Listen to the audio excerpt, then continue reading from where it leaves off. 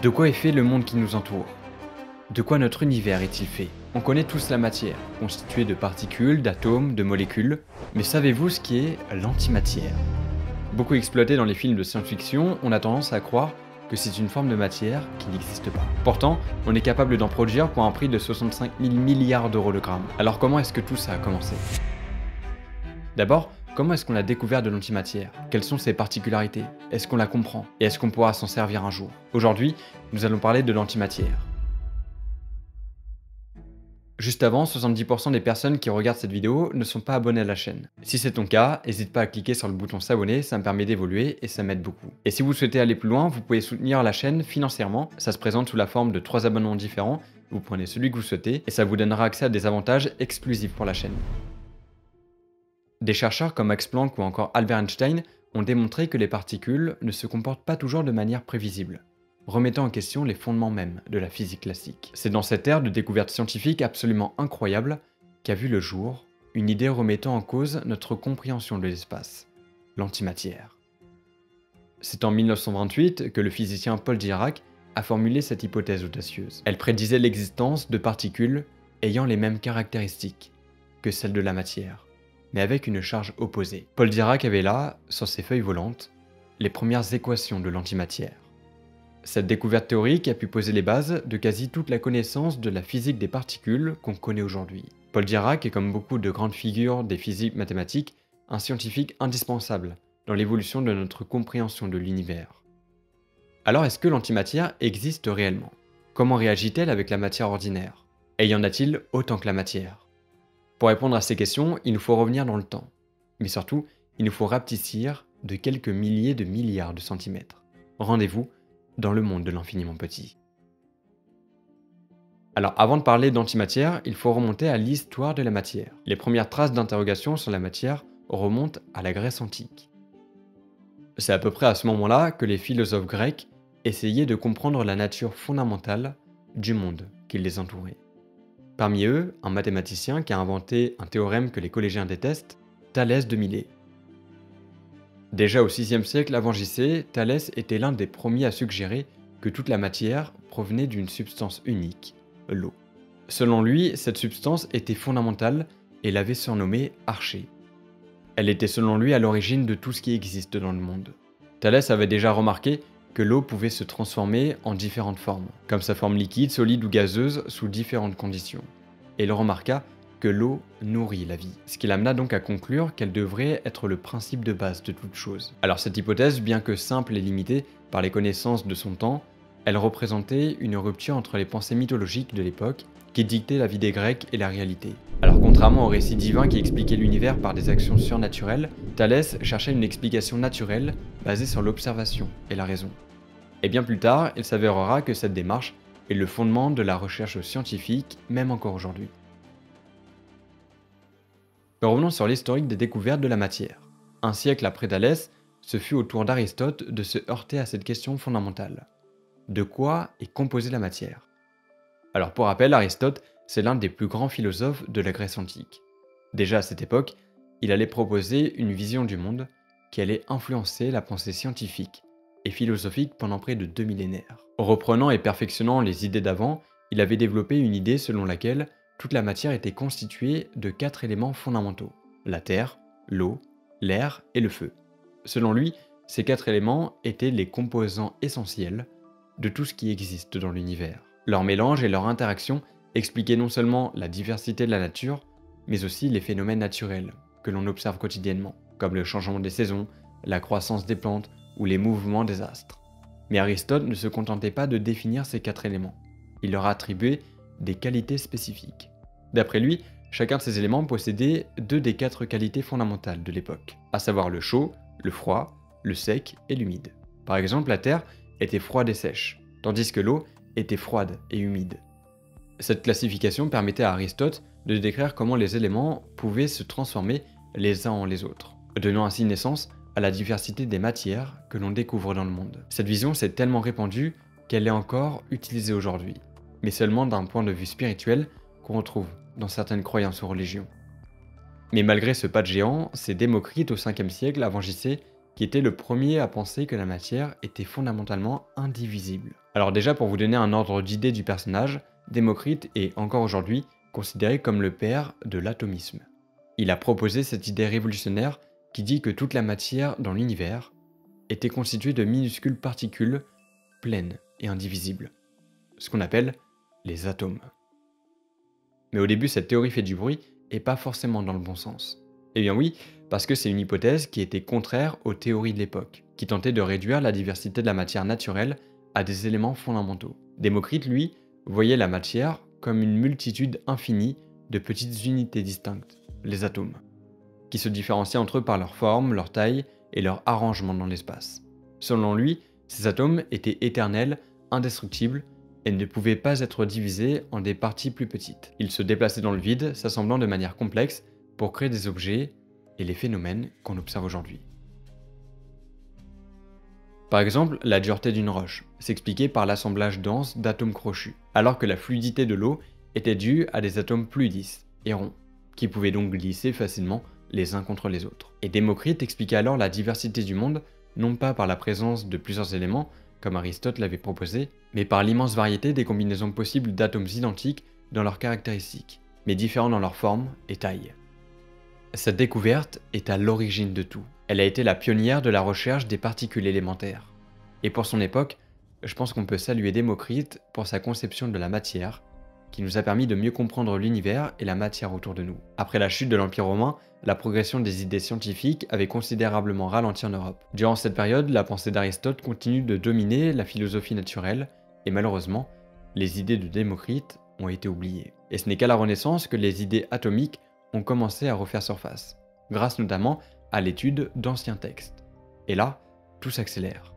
Au XVIIIe siècle, avec les travaux d'Antoine Lavoisier, la chimie fait un bond en avant. Lavoisier, qui est souvent décrit comme le père de la chimie moderne, a révolutionné notre compréhension de la matière. Il est tout simplement à l'origine d'une loi physique fondamentale, et qui d'ailleurs est enseignée aux lycéens, la loi de conservation de la masse. Il a démontré que lors d'une réaction chimique, la matière n'est ni créée, ni détruite, mais simplement transformée. Suite à cette découverte, il est à l'origine de la fameuse citation « Rien ne se perd, rien ne se crée, tout se transforme ». Cette découverte a permis à Lavoisier d'introduire la notion d'éléments chimiques. Il les définissait comme des substances qui ne pouvaient pas être décomposées en éléments plus simples, ce qui se rapproche de l'idée d'atome proposée par Démocrite. Puis au début du XIXe siècle, le physicien John Dalton a redonné vie à l'ancienne théorie atomiste de Démocrite, en s'appuyant avec des preuves expérimentales. Il propose alors que la matière est composée d'atomes indivisibles en ajoutant que chaque élément chimique était constitué d'un type unique d'atomes. Selon sa théorie atomique, les atomes d'un même élément avaient des propriétés identiques, comme la masse, alors que les atomes de différents éléments, eux, se différenciaient de par leur masse. L'idée des atomes modernes prend vraiment racine vers la fin du XIXe siècle. Alors pourquoi à ce moment-là, vous me direz? Eh bien tout simplement parce que cette période est marquée par une série de découvertes qui ont bouleversé à nouveau la compréhension de la matière. 1897, le physicien britannique Thomson découvre l'électron, une particule chargée négativement qu'il identifia comme étant plus petite que l'atome. Mais comment a-t-il fait pour découvrir une particule aussi petite avec les moyens de l'époque? Eh bien à l'époque, on savait déjà que la matière était composée d'atomes, mais on pensait que ces atomes étaient indivisibles comme des petites billes solides. Personne ne soupçonnait qu'ils avaient une structure interne avec des particules encore plus petites. Et en réalité, Thomson a utilisé ce qu'on appelle un tube à rayon cathodique.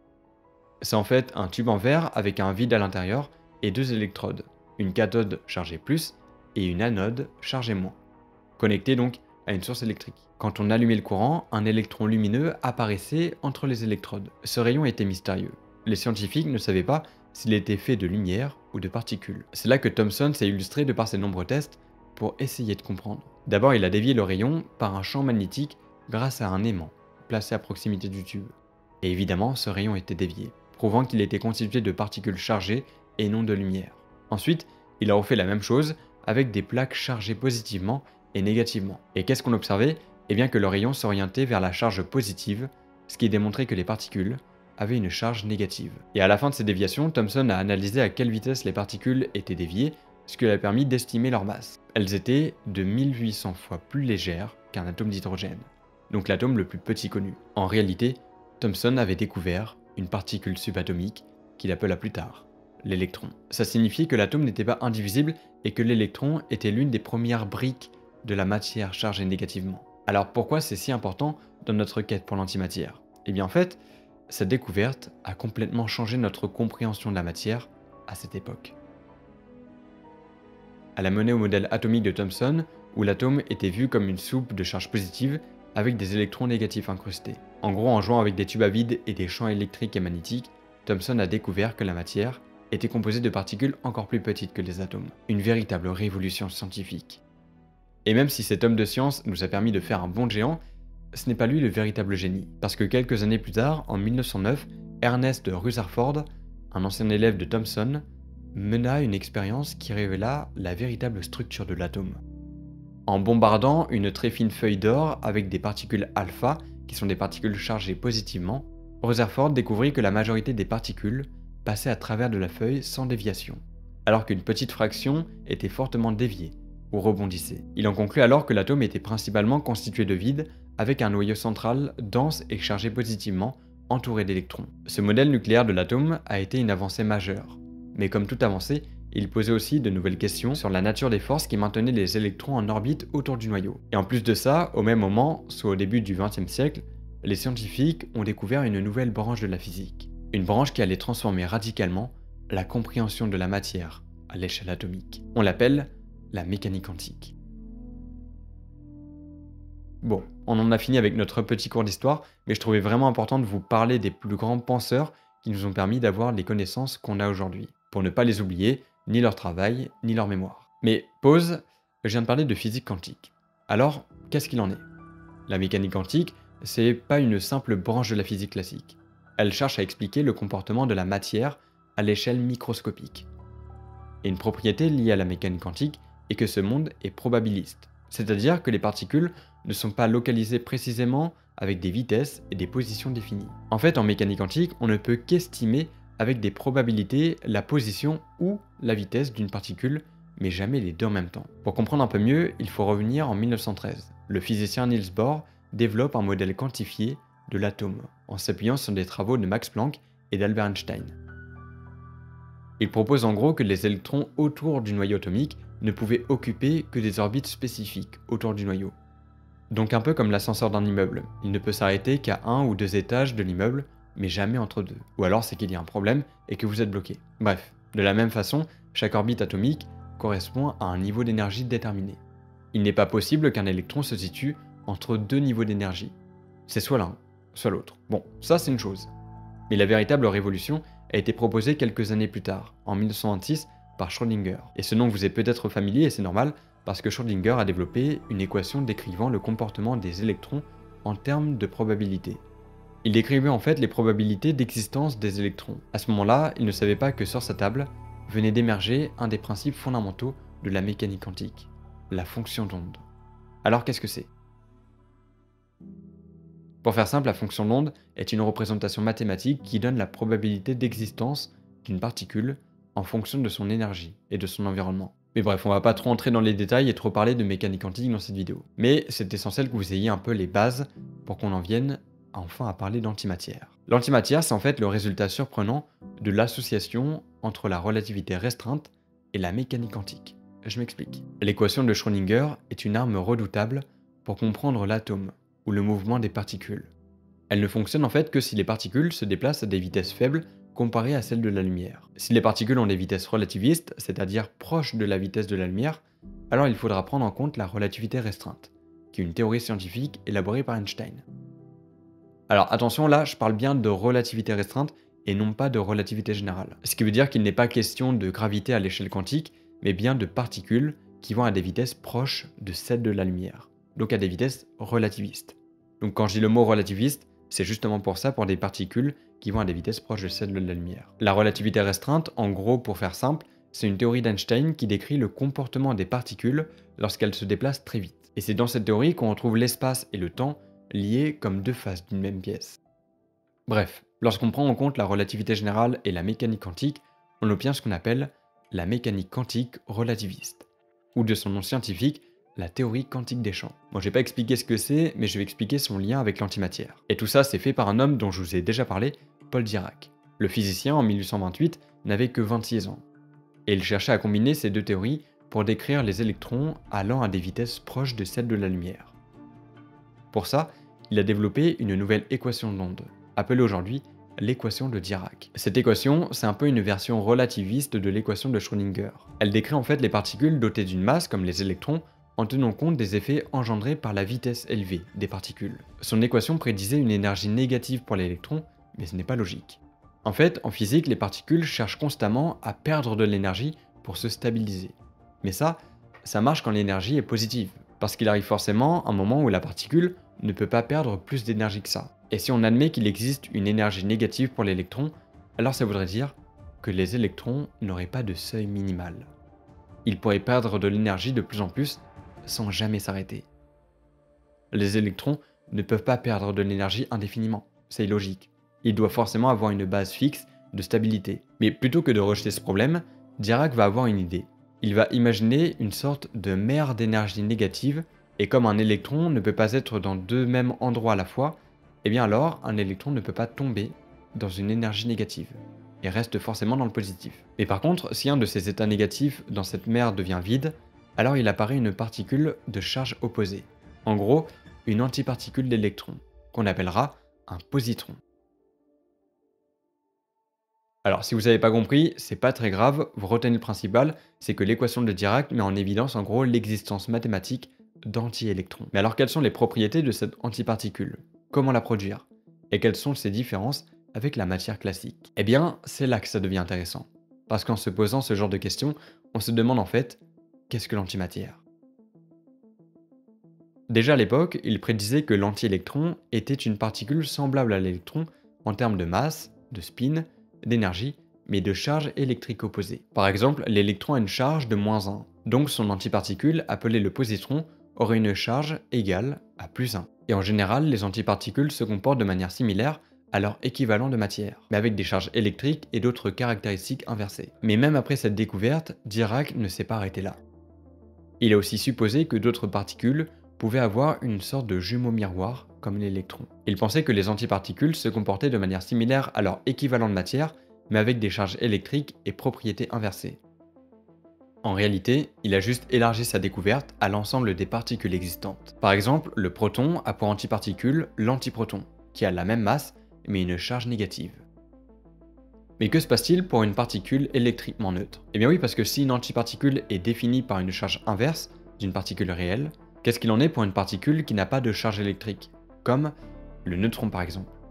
Alors déjà, l'antiparticule du neutron, c'est l'antineutron, plutôt simple à retenir. Alors comme on peut s'en douter, ces particules ont la même masse, mais cette fois-ci, elles ont une inversion au niveau d'autres propriétés internes et avec des caractéristiques subatomiques inversées. Mais quand on regarde la matière et l'antimatière plus largement, on se rend compte qu'il y a quelque chose de troublant. En fait, une des caractéristiques les plus surprenantes, c'est lorsque la matière et l'antimatière se rencontrent. Lorsque ça arrive, les deux s'annulent mutuellement dans un processus appelé l'annihilation matière-antimatière.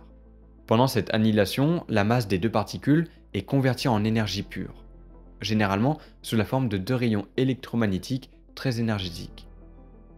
Et l'énergie de ces rayons se calcule avec la célèbre formule d'Einstein, E égale mc², en prenant bien sûr en compte la masse du proton et la particule de lumière. Mais ce qui est fou, c'est que si la matière disparaît, l'énergie totale est conservée. Tout simplement parce que l'énergie des photons produits est égale à la somme des énergies de la particule et de l'antiparticule initiale. C'est d'ailleurs le seul processus connu à pouvoir transformer l'intégralité de la masse en énergie.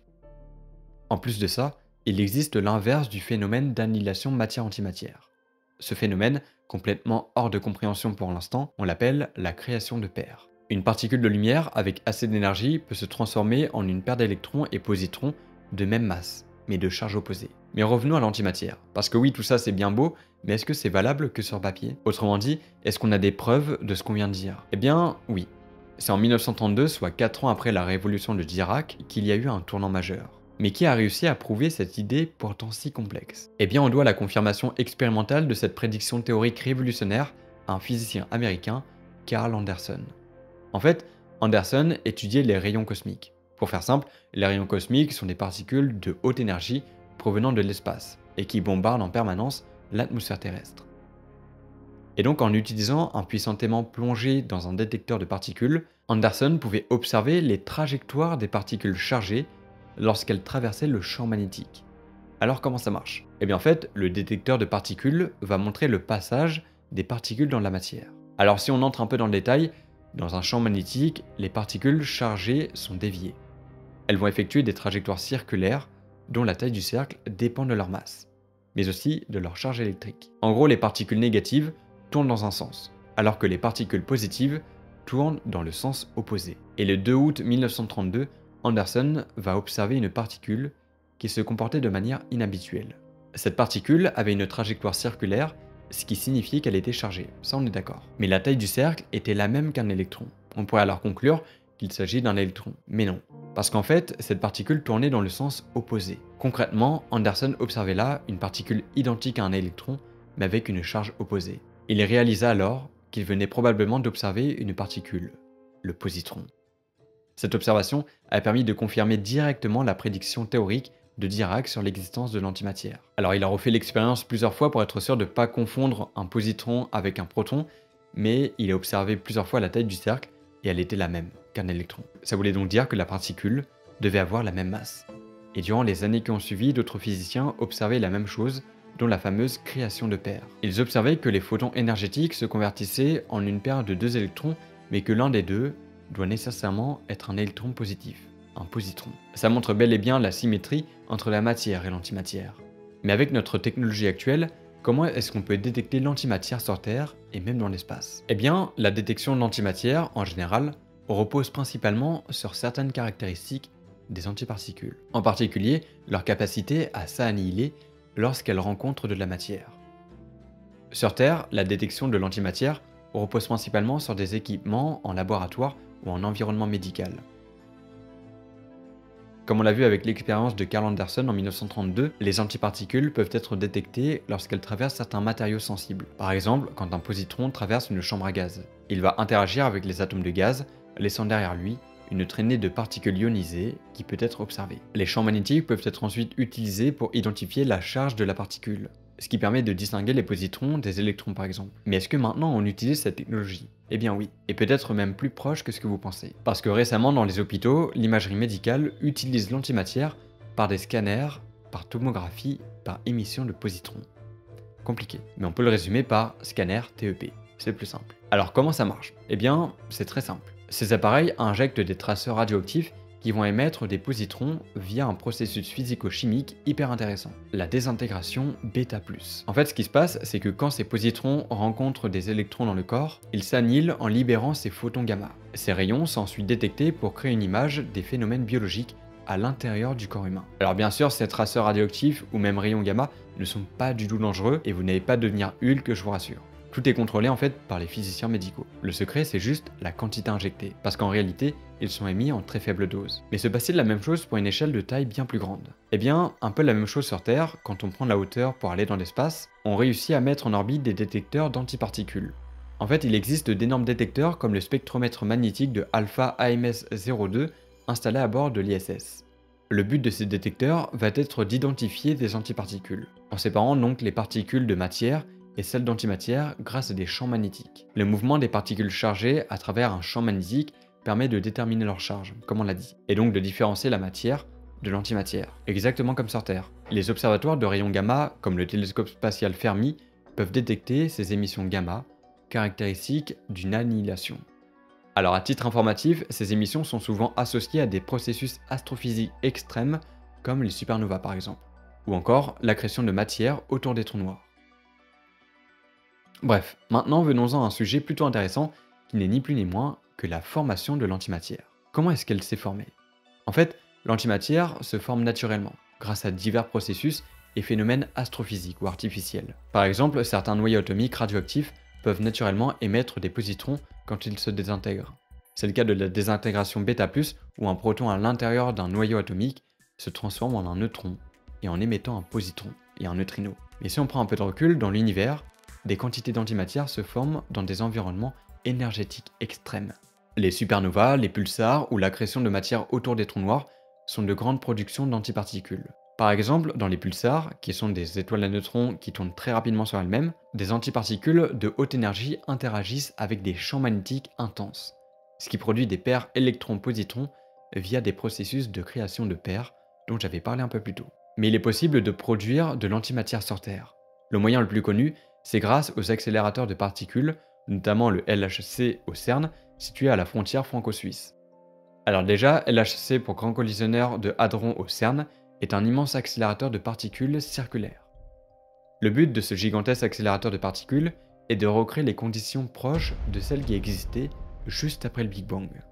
Ce qui permet aux physiciens de produire des antiparticules et d'étudier leur comportement. Pour ça, le LHC accélère deux faisceaux de protons dans deux sens différents à des vitesses proches de celles de la lumière. Tellement proches que ces vitesses vont à 3 mètres par seconde, inférieures à celles d'un photon. Ces faisceaux circulent dans un anneau de 27 km et sont dirigés par des champs magnétiques puissants. Les faisceaux de particules sont ensuite dirigés les uns contre les autres pour provoquer des collisions frontales massives. L'énergie libérée due à la très haute vitesse lors de ces collisions est alors convertie en matière. C'est-à-dire que ce n'est pas la matière convertie en énergie, mais le processus inverse. C'est l'énergie convertie en matière. Cette énergie produit alors une grande variété de particules et d'antiparticules détectables. Parmi l'ensemble des particules produites pendant ces collisions, on trouve des antiparticules comme les antiprotons, donc les positrons, des antineutrinos et même des particules plus exotiques comme les mésons contenant des antiquarks. Alors les antiquarks sont des types de particules instables. Ces antiparticules sont créées en même temps que leurs homologues de matière. D'ailleurs, les mésons sont des particules utilisées pour tester des violations de symétrie CPT, dû donc à la symétrie entre la matière et l'antimatière. Mais ne vous inquiétez pas, je vous expliquerai tout ça dans quelques minutes. Un autre moyen de créer de l'antimatière, beaucoup plus commun, c'est avec les réactions nucléaires. Et oui, certaines réactions nucléaires produisent des antineutrinos, des antiparticules donc associées aux neutrinos. Ces antineutrinos sont émis lors des désintégrations bêta qui se produisent dans des réacteurs nucléaires. C'est le cas du réacteur de l'ILL situé à Grenoble par exemple, qui sert uniquement aux expériences dans la recherche nucléaire ou subatomique quand on a besoin d'un faisceau de neutrinos par exemple. Mais au vu de toutes ces possibilités de création et de détection d'antimatière, pourquoi notre monde, voire notre univers, est majoritairement composé de matière classique? Eh bien, au risque de vous décevoir, on ne sait pas encore pourquoi. Le rapport entre la matière et l'antimatière est l'une des questions les plus intrigantes de la physique moderne. Ce combat remonte aux origines de l'univers et aux asymétries qui régissent les lois de la nature. Déjà, le concept de symétrie joue un rôle crucial dans la relation entre la matière et l'antimatière. Alors bien sûr, ce que je vais vous dire sera très simplifié parce que le concept de symétrie est assez compliqué à appréhender. Dans la physique des particules, on parle souvent de symétrie C pour la charge, qui stipule que pour chaque particule de matière, il existe une particule d'antimatière ayant des propriétés symétriques mais opposées. Par exemple, si une particule de matière a une charge électrique positive comme le proton, son antiparticule aura une charge électrique négative. C'est ce qu'on appelle la propriété miroir. Mais la symétrie impose que la masse d'une particule et de son antiparticule doit être identique.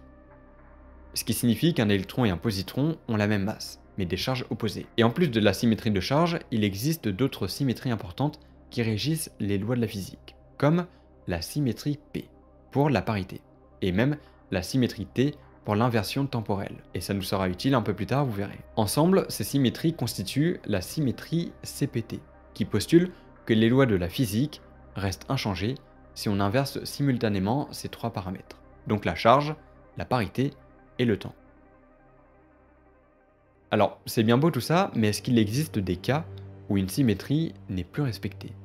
Malgré le fait que les symétries soient profondément ancrées dans les théories de la physique, il existe bien des cas de violation de ces symétries. Par exemple, c'est le cas dans les interactions faibles utilisées dans les réactions nucléaires, ce qui a des implications majeures pour la compréhension de l'asymétrie entre matière et antimatière dans l'univers. Et à partir de cette asymétrie, on peut alors se poser une question fondamentale.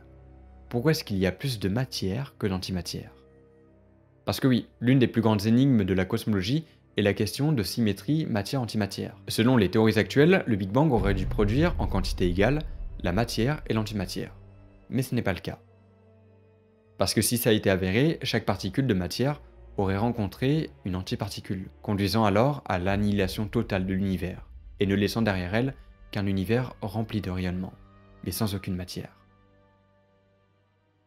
Mais comme on a pu l'observer, l'univers observable est essentiellement composé de matière, avec une absence apparente d'antimatière à grande échelle. C'est pour ça même qu'on est là. C'est pour ça que ce micro existe, que mon corps existe, que votre corps existe, et que l'écran que vous regardez existe. Alors la question c'est pourquoi la matière, l'a-t-elle emporté sur l'antimatière?